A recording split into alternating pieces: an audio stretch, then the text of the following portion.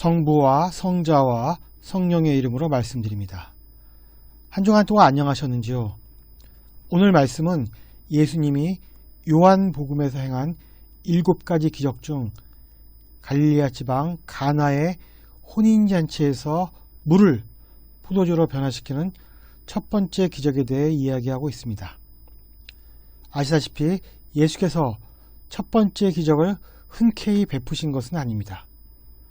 우리는 기적이 기적으로 드러나기까지 소소한 과정들이 존재했음을 잘 알고 있습니다. 이 말씀을 잘 살펴보면서 오늘 복음이 우리에게 무슨 의미를 갖는지 살펴보는 저와 여러분이 되기를 바랍니다. 오늘 복음은 이런 일이 있은 지 사흘째 되던 날이라는 서두로 시작됩니다. 첫째 날에 있었던 일은 예수께서 세례 요한과 최초로 대면한 사건이었습니다. 그때 세례 요한이 하나님의 어린 양이 저기 가신다고 하자 세례 요한의 제자 2명이 예수님을 따라 나서게 됩니다. 그 중에 한 명이 베드로의 동생 안드레아였고, 안드레아는 자신의 형인 베드로에게 우리가 찾던 메시아를 만났다고 하면서 예수님과 베드로의 만남을 주선했습니다. 예수께서 베드로와 안드레아를 만난 것이 첫째 날에 있었던 사건이었습니다.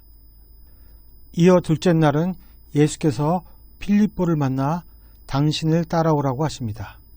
그리고 무화과 나무 밑에서 율법서를 읽고 있던 나타나엘을 기억해내시며 너는 정말 이스라엘 사람이며 거짓이 없다고 하시면서 당신의 제자로 삼으십니다. 이렇게 이틀이 지나고 사흘째 예수님은 당신이 부르신 제자들 그리고 어머니 마리아와 함께 마을의 한 혼인잔치에 참석하게 됩니다.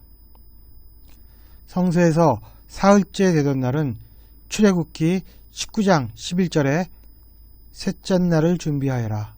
바로 이 셋째 날은 온 백성이 보는 앞에서 주님이 시나이산에 내릴 것이다 해서 보듯이 하나님의 영광이 드러나는 때를 말합니다. 이는 혼인잔치에서의 예수님의 경우도 마찬가지입니다. 이 밖에도 예언자 요나가 3일 동안 고래의 뱃속에 갇혀있던 사건도 그러하고 무엇보다도 사흘째 되던 날은 예수님이 죽음에서 부활하시어 당신의 영광을 드러내신 사건이 중심에 놓여 있습니다. 결국 사흘째 되던 날은 무슨 일이 일어나도 일어날 만한 타이밍이었던 것입니다. 가나의 혼인잔치에 초대받은 예수님 일행은 잔치 도중에 포도주가 다 떨어지는 상황을 맞게 됩니다. 기록에 따르면 당시 이스라엘 사람들의 결혼식은 일주일씩 지속되는 마을 공동체의 최대 이벤트였다고 합니다. 유다인들의 결혼식을 다룬 지붕 위의 바이올린이나 유튜브에 올라온 현대 이스라엘 사람들의 결혼식만 보더라도 그들이 얼마나 결혼식과 잔치에 진심인지 알 수 있습니다. 짐작컨대 당시 변방의 가난한 동네에 갈릴리아 지방 가나의 혼인잔치는 풍족하지 않았던 형편 가운데 열렸을 것이며 따라서 긴 기간 동안의 잔치를 감당할 만큼 충분한 준비가 이루어지지 않았을 것으로 추측됩니다. 이 모든 상황을 예측했을 마리아는 예수께 포도주가 다 떨어졌다고 알리게 됩니다. 그러자 예수께서는 어머니, 그것이 저에게 무슨 상관이 있다고 그러십니까? 아직 제 때가 오지 않았습니다. 라고 대답합니다. 우리가 보는 공동 번역 성서는 과도한 의역으로 인해 어머니라는 표현을 쓰지만 개역 성경 등은 여자여, 여인이시여, 예루살렘 바이블에서는 워먼으로 표기하고 있습니다. 본래의 표기에 맞춰 이해하자면 여인이란 표현을 아들이 어머니에게 사용하는 경우는 거의 없었습니다. 그렇다고 해서 이 여인이란 표현이 지금 우리가 생각하는 것처럼 아주 무례한 표현도 아니었다는 점입니다. 이 여인은 현대 영어로 말하면 미시즈에 해당하는 호칭으로 귀여운 여성에게 붙였던 경칭이었던 것입니다.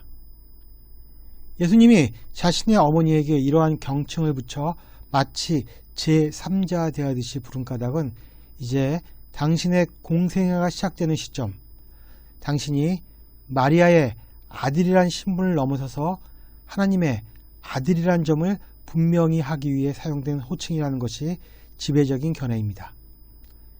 예수께서 마리아를 여인으로 부른 장면은 요한복음 19장 26절에 한 번 더 등장합니다. 예수께서 십자가에 달려 죽음을 맞이하실 때 마리아와 사도 요한을 보시고 여인이여 이 사람이 당신의 아들입니다.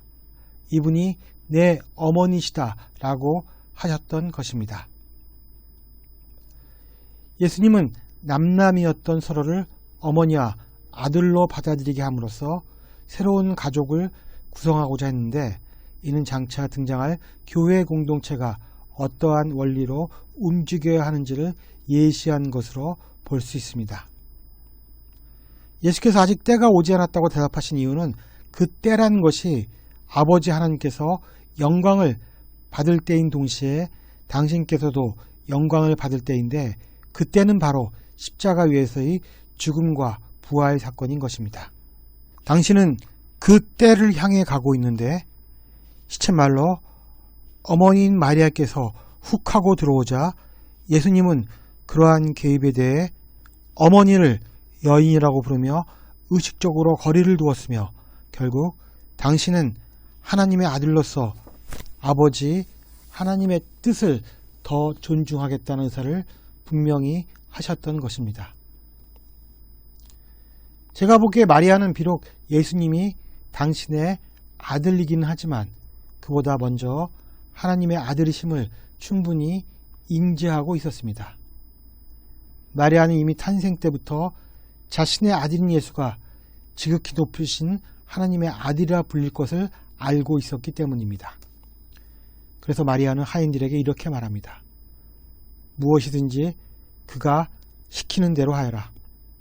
이 말의 의미는 예수님이 잔치에 흥을 깨지 않기 위해 포도주를 더 내놓자고 하시면 그렇게 될 것이요. 그럴 의사가 없다면 그것 또한 받아들이기로 한 것입니다. 60년을 넘게 같은 집에서 어머니의 맏아들로 살아온 저로서는 마리아와 예수님, 어머니 아들 사이에 일어난 일을 충분히 이해하고도 남음이 있습니다.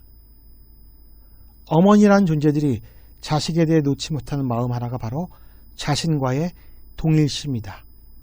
즉, 내 마음도 내 마음과 같을 것이라는 믿음입니다.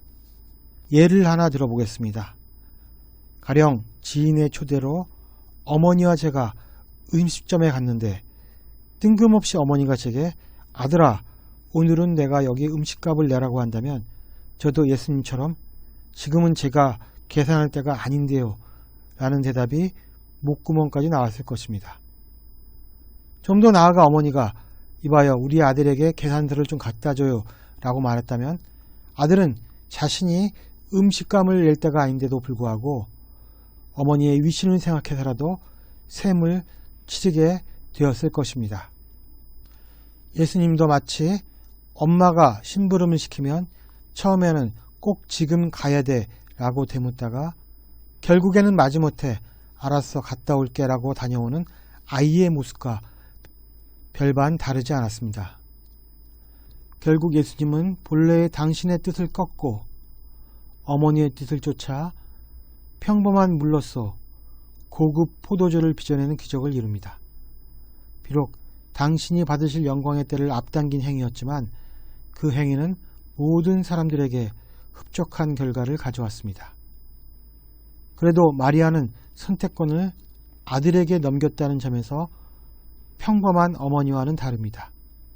이것이 우리가 마리아로부터 배워야 할 어머니다움입니다.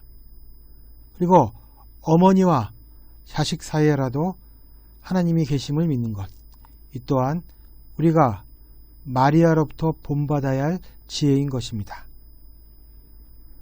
오늘 말씀을 보며 기적은 어떻게 이루어지는가에 대해 생각해 보게 됩니다. 기적의 출발점은 마리아의 이웃에 대한 애정어린 염려로부터 시작됩니다. 당시 혼인잔치에서 포도주가 떨어졌다는 것은 잔치의 흥을 깨트린 정도에 그치지 않았다고 합니다. 주인은 수치를 당하기도 하며 심지어는 법적인 소송까지 당하는 것이 당시의 관습이었습니다.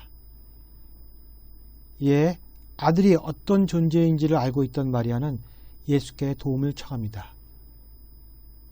등을 떠밀린 예수님은 처음에는 내키지 않았으나 결국 자신의 생각을 바꾸어 기적을 행합니다. 물이 포도주로 변할 것이라고 믿지 않았다면 하인들은 정결 예식에 쓰이던 돌 항아리 6개에 물을 가득 담고 운반하는 노동이 달갑지 않았을 것입니다. 즉 기적은 마리아와 예수님 그리고 하인들과 서로 마음을 맞추는 협동을 통해 일어난 것입니다. 따라서 오늘 이 독서인 고린토전서는 이렇게 말합니다. 성령께서는 각 사람에게 각각 다른 은총의 선물을 주셨는데 그것은 공동의 이익을 위한 것입니다. 공동의 이익을 위해 협동이 이루어질 때 우리는 우리가 예상한 것보다 더 큰 결과를 얻을 수 있습니다. 우리는 이것을 기적이라고 부를 수 있는 것입니다. 기적이 동반된 성공적인 혼인잔치를 통하여 하나님과 인류의 하나됨을 위해 오신 예수님은 가나에서 산뜻한 첫 행보를 내디디셨습니다. 인류가 예수님 없이 하나님과 혼인잔치를 치른다는 것은 마치 술 없이 혼인잔치를 치르는 것과 같은 일일 것입니다. 그래서 오늘 일독서인 이사야서는 다음과 같이 말합니다. 씩씩한 젊은이가 깨끗한 처녀를 아내로 맞이하듯 너를 지으신 이가 너를 아내로 맞으신다. 신랑이 신부를 반기듯 너의 하나님께서 너를 반기신다. 아무쪼록 2025년에는 하나님과 함께하는 기적의 혼인잔치가 예수 그리스도를 통하여 일어나기를 기대하며 그것이 점점 더 생기를 잃어가는 저와 여러분의 일상 속에서도 빈번히 일어나기를 두 손 모아 기도해 봅니다. 성부와 성자와 성령의 이름으로 말씀드렸습니다. 아멘.